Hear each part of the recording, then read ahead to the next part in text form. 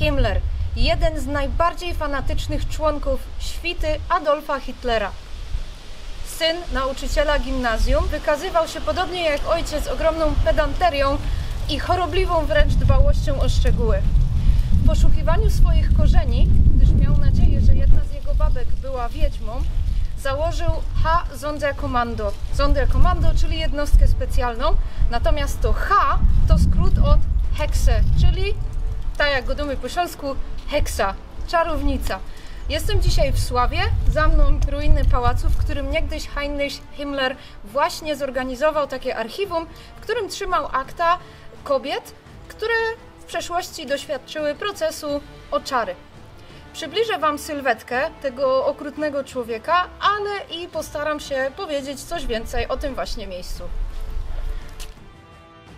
Heinrich Himmler urodził się 7 października 1900 roku w Monachium, w konserwatywnej katolickiej rodzinie mieszczańskiej. Był drugim z 3 synów. Ojciec, Józef Himmler, pracował jako nauczyciel. W domu Himmlerów kładziono ogromny nacisk na wyniki w nauce. Młody Himmler był bardzo dobrym uczniem i pobożnym ministrantem. Nie cechowały go skłonności do przemocy. Niejeden zadaje sobie pytanie, skąd wśród młodych ludzi bierze się fanatyzm. U Heinricha Himmlera jego fanatyzm w znacznej mierze wypływał z tego, że po prostu nie spełnił się jako żołnierz w okresie I wojny światowej. Był zbyt młody, żeby brać udział w walkach. Fascynował go militaryzm. W 1915 roku przeszedł wprawdzie szkolenie wojskowe w Landshut, jednak z racji wieku nie wziął udziału w walkach na froncie I wojny światowej. Odebrał to jako ogromny cios, zwłaszcza że starszy brat od maja 1917 roku znajdował się w armii. Przegraną Niemiec przeżył bardzo gorzko. Z racji tego, że Himmler w czasie sprawowania władzy zniszczył sporo krępujących dla niego materiałów, ciężko odtworzyć jego losy po I wojnie światowej. Wiadomo, że wiódł mizerny żywot w Berlinie. Na początku 1919 roku utrzymywał się z zarobków starszej od siebie prostytutki, z którą żył. Ostatecznie stanął przed sądem pod zarzutem jej morderstwa, jednak nie zdołano udowodnić jego winy. Himmler był w pewnym momencie drugim najważniejszym po Adolfie Hitlerze człowiekiem w III Rzeszy. Pełnił funkcję Reichsführera SS, komisarza Rzeszy do spraw umacniania niemieckości. Od 1929 roku był szefem SS, od 1934 Gestapo, od 1936 Policji. Był również przewodniczącym Rady Ministrów III Rzeszy, a od 1943 ministrem spraw wewnętrznych. To Heinrich Himmler ponosi odpowiedzialność za eksterminację europejskich Żydów, chociaż osobiście nie popełnił żadnego morderstwa, a dokumentację prowadził tak, by nie zostawić po sobie pisemnego śladu. Nie chcę tutaj wchodzić w szczegóły pięcia się Himmlera po szczeblach politycznej kariery, gdyż pragnę skupić się na krzywdzie, którą wyrządził starym symbolom towarzyszącym wielu kulturom przez setki lat, a to wszystko przez zawłaszczenie ich i użycie w poszukiwaniu dowodów na istnienie tzw. rasy panów. Himmler miał totalną obsesję na punkcie czystości rasy, ale nie tylko. Fanatycznie poszukiwał również starogermańskich. Himmler, oprócz bycia członkiem NSDAP, należał także do Thule Gesellschaft, czyli Towarzystwa Thule, tajnej organizacji okultystycznej i rasistowskiej, powstałej w Monachium pod koniec I wojny światowej. Należało tam wielu późniejszych istotnych członków NSDAP. Nazwa znana jest z pewnością miłośnikom mitologii nordyckiej.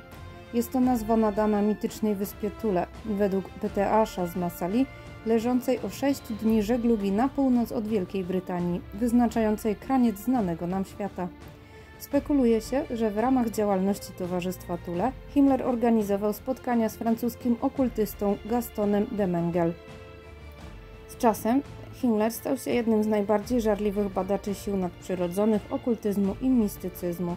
Swoje poglądy narzucił także członkom SS, czyli Schutzstaffel, czyli państwa w państwie, które stworzył.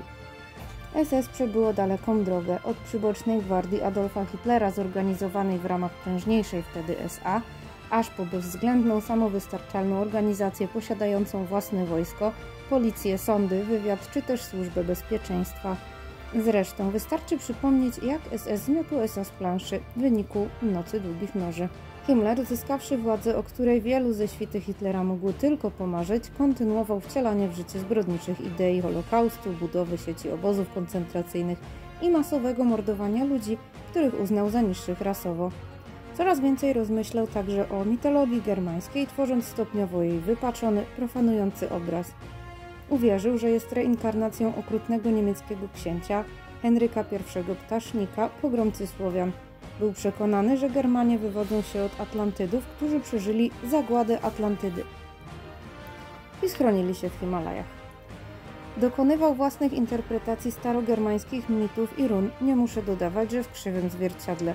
Z początkiem 1939 roku włączył do SS Towarzystwo Badawcze nad pradziejami spuścizny duchowej.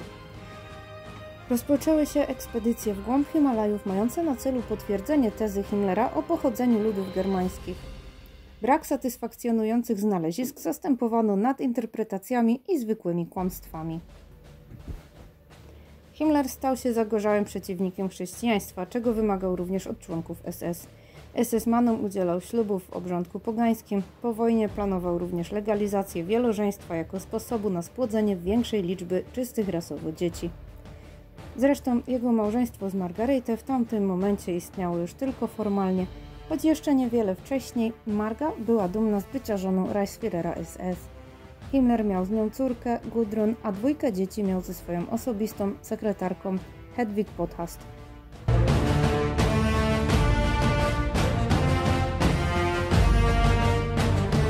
Himmler dbał również o dietę SS-manów. Nakłaniał ich do porzucenia mięsa, ponieważ uważał, że spożywanie mięsa doprowadza do zanieczyszczenia rasy.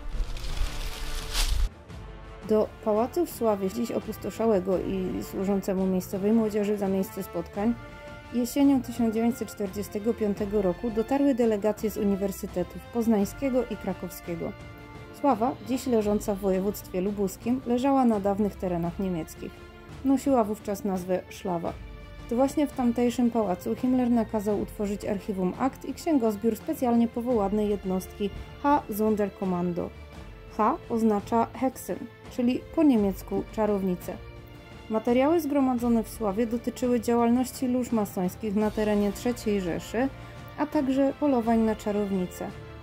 Himmler uważał czarownice stracone w procesach za ofiary katolicko-żydowskiej propagandy, a siebie za potomka czarownicy. Znaleziska ze Sławy Śląskiej podzielono na 3 grupy. Około 80 000 akt przekazano Bibliotece Poznańskiej. Część zarekwirował Urząd Bezpieczeństwa, a tak zwaną kartotekę procesów o czary oddano w ręce Archiwum Poznańskiego. Dzisiaj pałac ten świeci pustkami. Po wojnie zorganizowano tutaj m.in. Dom Dziecka. Obecnie są tutaj tylko puste pokoje i kręcą się miejscowi. Tyle. Początkowo, jak wspomniałam, H-Sonderkommando działało na terenie III Rzeszy, jednak z biegiem czasu specjalna misja Himmlera wyszła w świat. Szefem liczącej około 8 osób jednostki został Sturmbannführer dr Rudolf Lewin. Personalia pozostałych członków skrywano za inicjałami. Siedziba H-Sonderkommando mieściła się w Berlinie przy Wilhelmstrasse 102 w budynku Głównego Urzędu Bezpieczeństwa Rzeszy. Tam też rozpoczęto gromadzenie archiwów. H-Sonderkommando podróżowało w różne zakątki świata. Zgromadzono nawet akta dotyczące procesów czarownic z Rosji, Siedmiogrodu, Meksyku, USA, a nawet Indii. Rozpiętość czasowa zgromadzonych materiałów była imponująca. Akta obejmowały wydarzenia już z IX wieku, kończąc się na trudnych do wyjaśnienia zjawiskach odnotowanych w Indiach w 1936 roku.